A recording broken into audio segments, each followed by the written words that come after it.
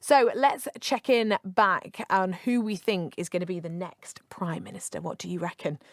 Lots of people are coming forward. We'll find out next week, I think. Boris Johnson is on his way out, but who is likely to replace him? And what will the party look like for a new leader? Georgia Gilholy is a political commentator and a columnist for the right-wing blog Conservative Home. Georgia, good morning. So what have you made of the past few days? It's been a bit bonkers, hasn't it? Yeah, bonkers is an excellent word used to describe it. I mean, we've seen a prime minister sort of really hang on in there until the absolute last moment when his newly appointed chancellor told him to resign publicly after he refused the advice of his cabinet, senior members of the cabinet, obviously on Wednesday evening, telling him that the game was up. Absolutely extraordinary a few days, really, in British politics. It really has. And I've seen loads of talk, Georgia, of what people will think the next focus will be for the person who will be the next Prime Minister, what they'll kind of speak to people about. And a lot of it was saying that it'll be focused possibly on character, kind of saying that they might be slightly different to Boris. I mean, what do you think will happen in the next few months? I think in terms of character, I mean, there's no one quite like Boris Johnson, is there? Certainly there could be someone who's seen a bit more as a safe pair of hands, someone like Rishi Sunak, Sajid Javid, even Liz Truss.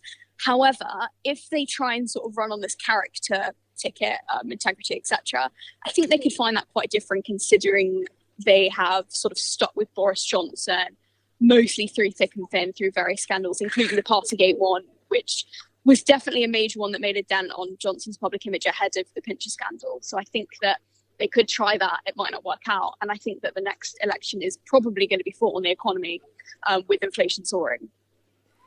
Who do you think will replace him, Georgia? That's the big question that everyone's asking. So what do you reckon? Gosh, I feel like I've given about 10 different answers this morning. I'm honestly not sure. I feel like dark horse candidate, maybe Suella Braverman.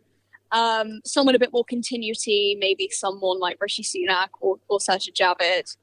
I think it's very difficult to say right now because there's just so many moving parts.